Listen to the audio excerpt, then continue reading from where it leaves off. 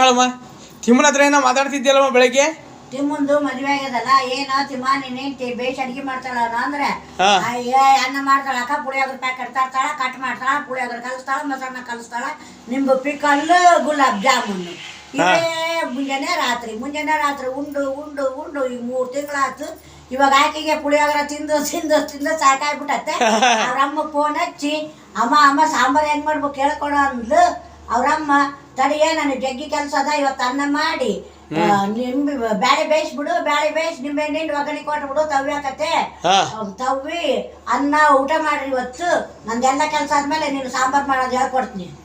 ಅಯ್ಯ ನಲ್ಲ ತಿಮ್ಮ, ನಿನಗೆ ಬೇಸ್ ಹೋಟ್ಲಿಟ್ಟಿ ಅಡಿಗೆ ಬರ್ತದ, ನಿನ್ನ ಹೆಂಡತಿ ಸಾಂಬಾರು ಮಾಡೋದು ಹೇಳ್ಕೊಡ್ಬಾರ್ದೇನ? ಹೋಗಕ್ಕ ನೀನು ದಿನ ಅಲ್ಲಿ ಅಲ್ಲಿ ಹೋಟ್ಲಾಗ ಹೋಗೋದು ಬಿಟ್ಟು ಈಕಿಗೆ ಅಡಿಗೆ ಮನ್ಯಾಗ ಅಡಿಗೆ ಮಾಡಿಕೆ ಅಂತ ಕುಡ್ಬೇಕಾಗ್ತದ. ನೀವು ಹೆಣ್ಮಕ್ಳು ಮಸ್ತ್ ಇದ್ದೀರಿ ನೋಡಕ್, ಬುದ್ಧಿವಂತರು ನೀವು. ಗಂಡ್ಮಕ್ಳು ಕಿವಿ ಹಿಂಡಿ ಮನೆ ಕೆಲಸ ಮಾಡ್ಲಕ್ ಮಸ್ತ್ ಹಚ್ತೀರಿ ನೋಡಿ ನೀವು. ಜೋಕ್ ಚೆನ್ನಾಗಲ್ವಾ?